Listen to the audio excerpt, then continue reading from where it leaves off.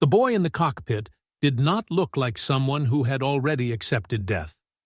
His gloved hands trembled on the throttle as the engine coughed and spat brown smoke across the short, pitted runway at Chiran. The ground crew had lashed a single 250-kilogram bomb under the fuselage of his aging fighter, its fins barely clearing the gravel. Behind him, a line of other aircraft waited their turn, each with another 19-year-old at the controls, each told that today's training flight might be their last rehearsal before a one-way attack on the American fleet off Okinawa. The signal flag dropped. He shoved the throttle forward. The tired radial roared unevenly, choking on the poor fuel mixture. The fighter lurched down the strip, bouncing over repair patches and bomb craters filled in with crushed rock. Halfway along, a crosswind caught the overloaded aircraft. The boy pulled back too early, desperate to get airborne before the far end of the field. The left wing stalled first.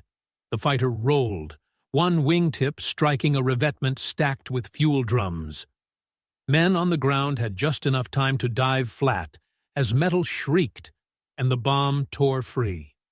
There was a flash, a hammering blast, then a column of black smoke rising straight up over the special attack school. The Americans off Okinawa never even knew he existed. His comrades watched the smoke curl over the cherry trees and understood the brutal arithmetic of their new life. This school was killing its own pilots before the enemy ever fired a shot. The place was Chiran Airfield on the southern tip of Kyushu, spring 1945. Once a routine Army training base, it had become one of Japan's main staging grounds for suicide missions, sending young men toward the Allied Armada off Okinawa in fragile fighters turned into guided bombs.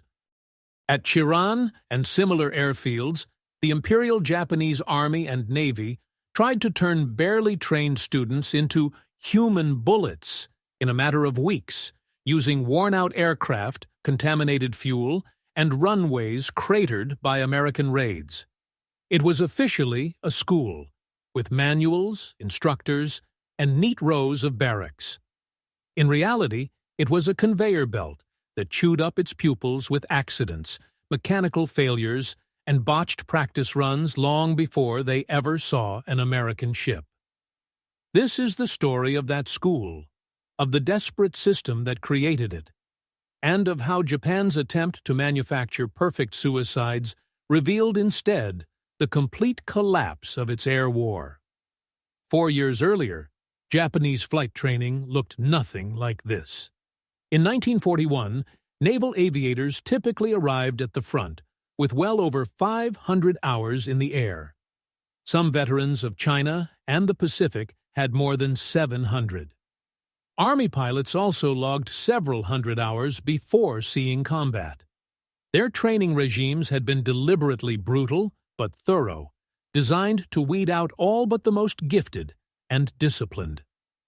Instructors flung trainees into long overwater flights, complex formation work, and endless landing drills. The cost in accidents was high, but the survivors became the sharpest edge of Japan's expansion across Asia and the Pacific. Then, the empire ran out of time, fuel, and experienced men. From Midway to the Solomons, from New Guinea to the Marianas, Japan lost pilots faster than it could replace them. Replacement schools remained on paper. In reality, they were stripped of their best instructors and aircraft to refill shattered frontline units. Aviation gasoline, once plentiful from the Dutch East Indies, became a luxury as Allied submarines and bombers cut sea lanes. Engines arrived without spare parts. Students practiced takeoffs on throttled-back engines to save fuel, then landed after a single circuit. By 1944, average training hours for new Navy pilots had fallen to roughly 300, and for Army pilots closer to 200. Those selected for the new Special Attack Forces received far less, often 40 or 50 hours total, sometimes less than a Western student logged before his first solo.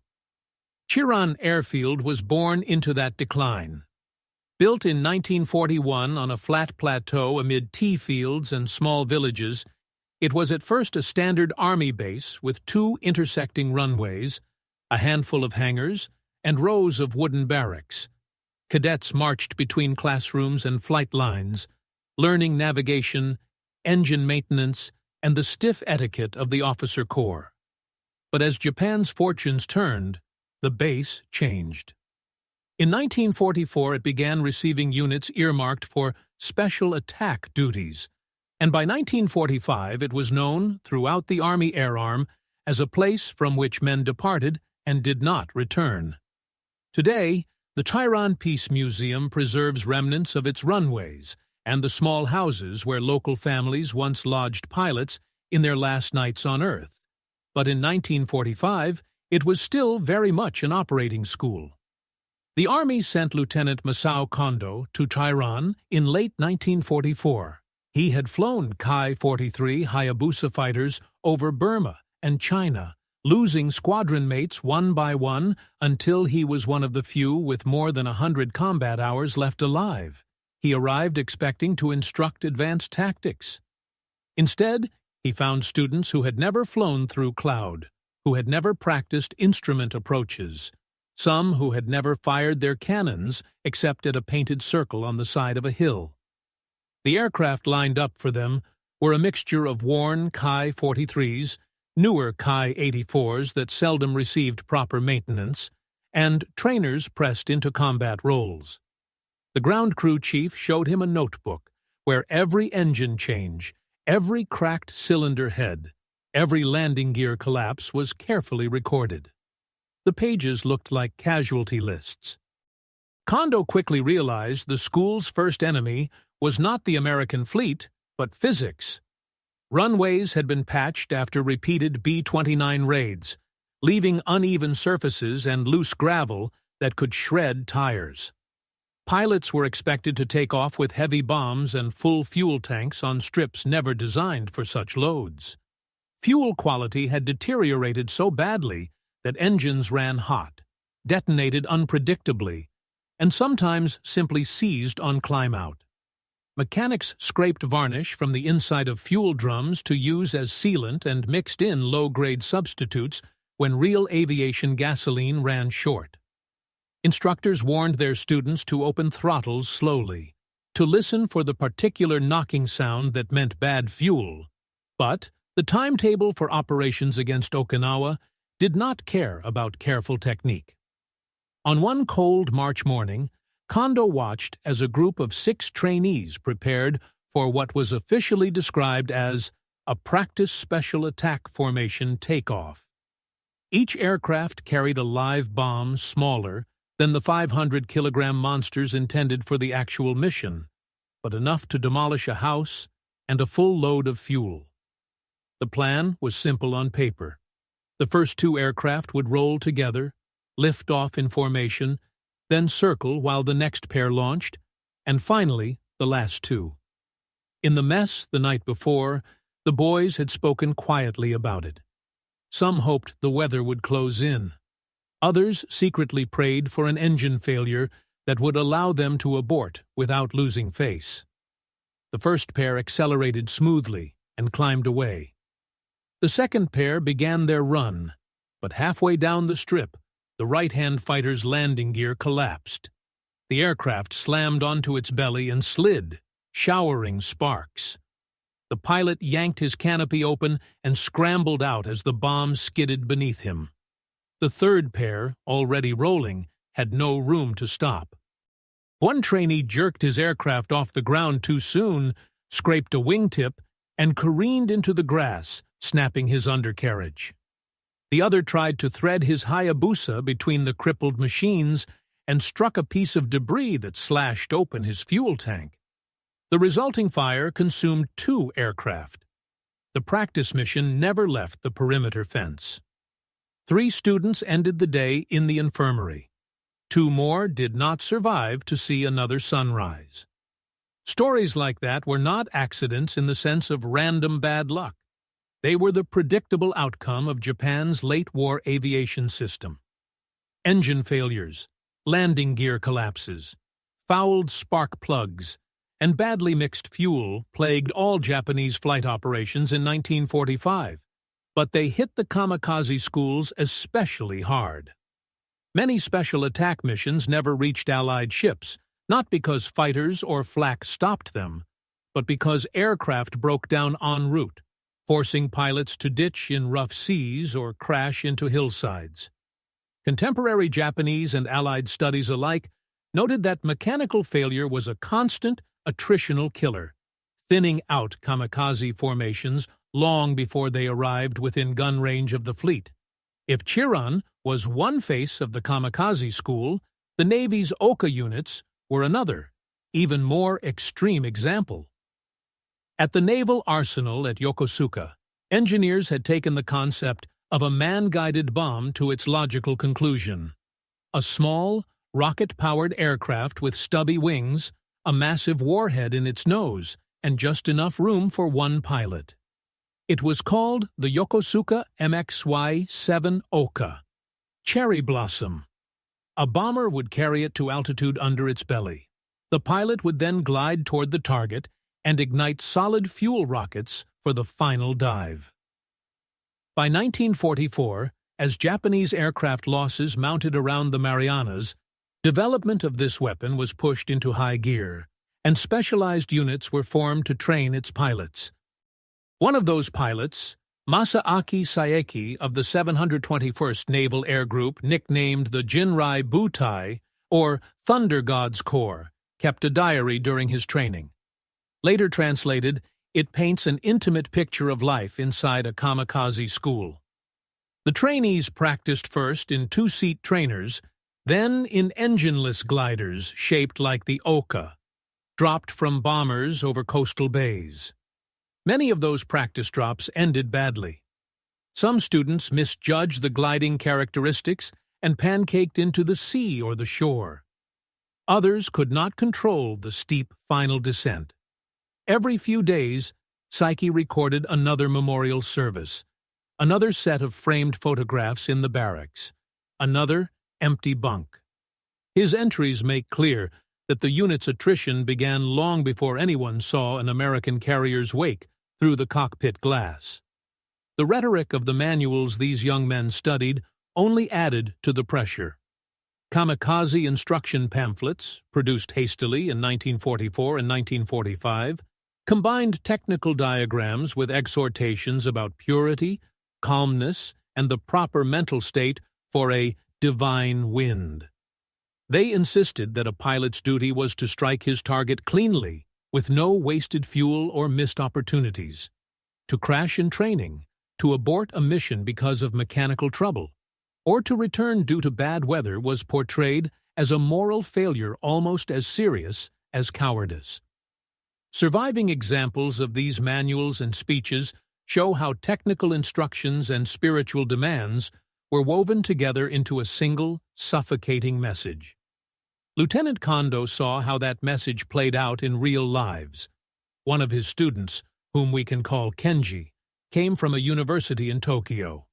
His letters home, later preserved by his family, described a young man more interested in poetry and baseball than in flying. Yet by early 1945, he wore the armband of a special attack trainee. On his first solo in a heavily loaded fighter, Kenji over-rotated on takeoff and dragged his tailwheel, but managed to wrestle the aircraft into the air. Instructions drilled into him. No wasted fuel, no unnecessary go-arounds, pushed him to complete the circuit despite his shaky climb.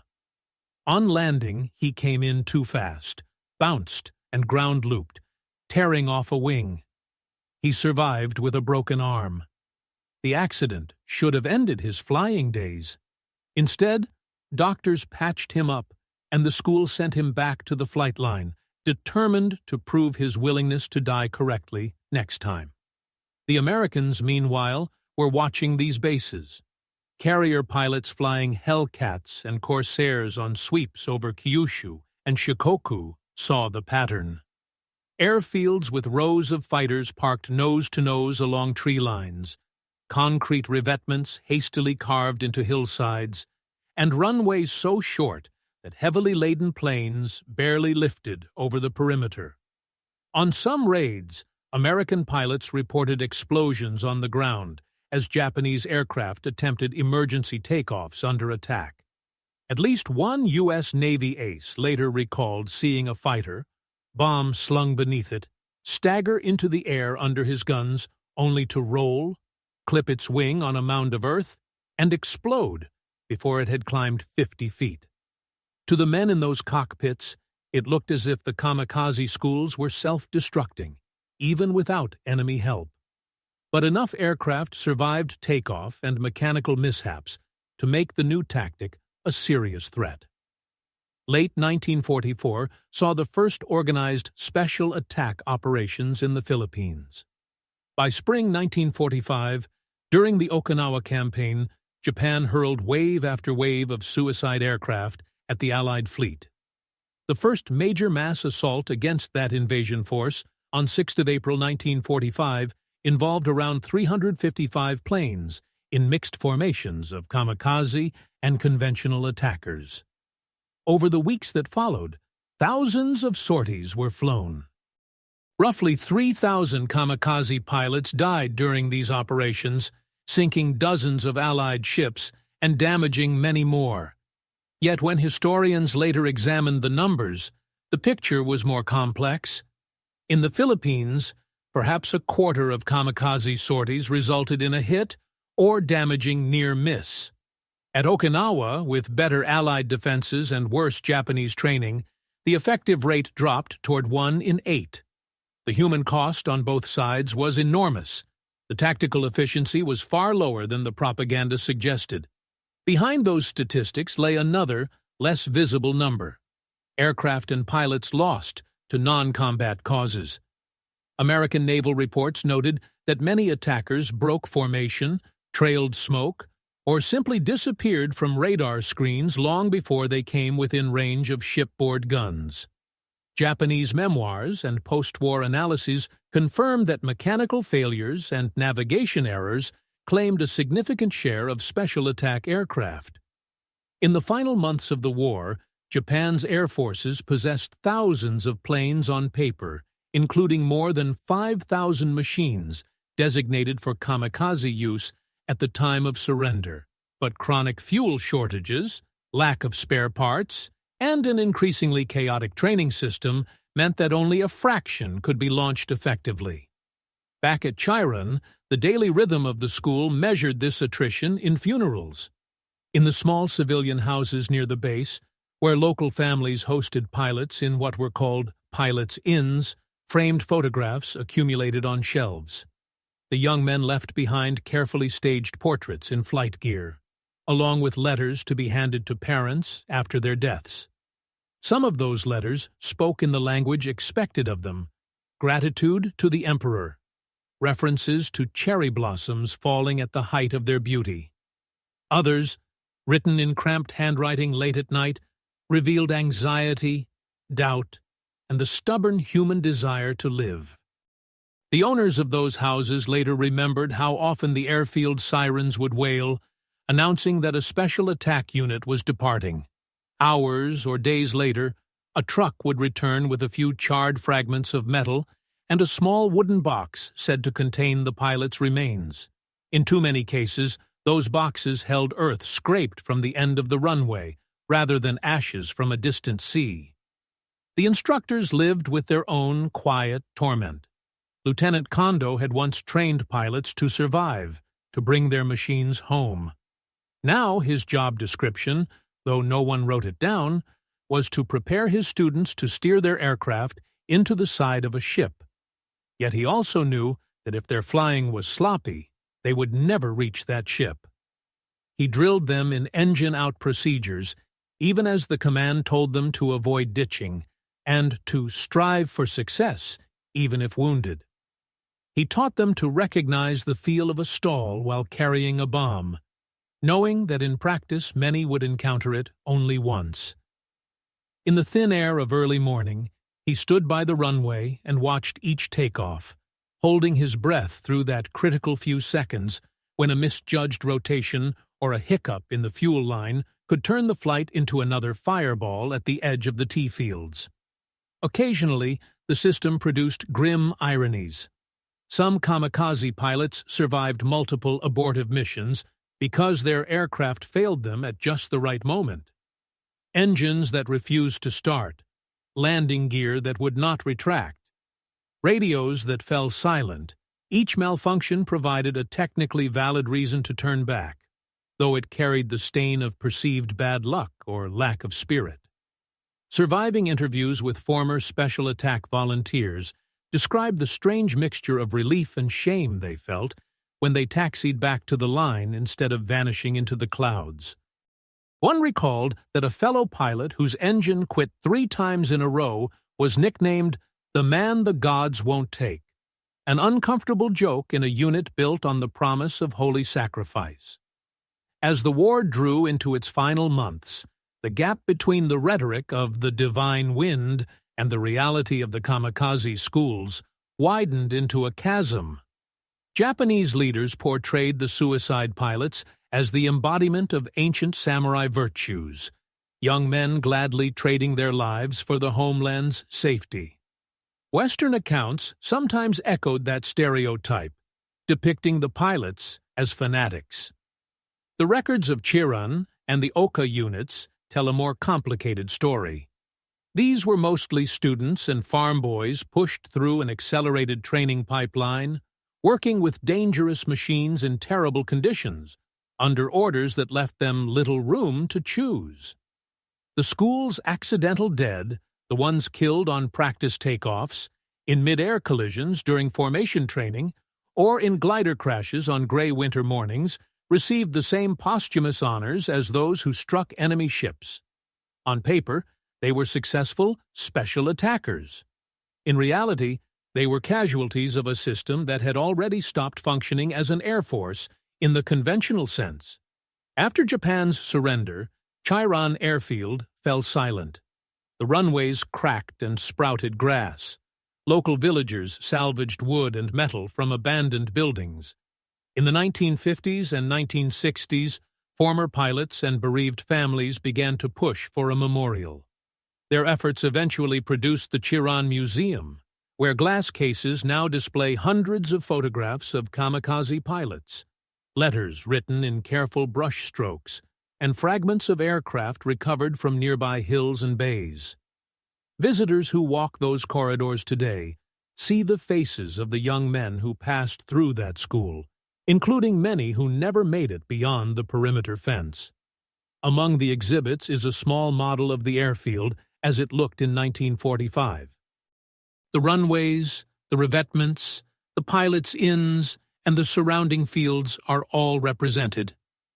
It is easy to trace the path that the boy in the opening scene of this story tried to follow. From the dispersal area, along the taxiway, onto the runway, and if everything had gone right into the sky, and southward toward Okinawa. The model shows no black smear where his aircraft exploded. That scar existed in real soil, not in balsa wood. Yet the fact that such accidents were common enough to be barely remarked upon by those who lived through them says more about Japan's late-war air effort than any speech about honor or sacrifice. In the end, the kamikaze schools achieved something very different from what their founders intended. They did not create invincible human weapons capable of turning back the tide by sheer willpower. They produced, at enormous human cost, a stream of young men whose courage was squandered by a system that could no longer supply them with reliable machines, adequate training, or a realistic plan of operations. The divine wind was supposed to strike the enemy with terrible precision. All too often, it blew itself out on crumbling runways and in training skies over Japan, killing its own before they ever saw the ships they had been told to die against.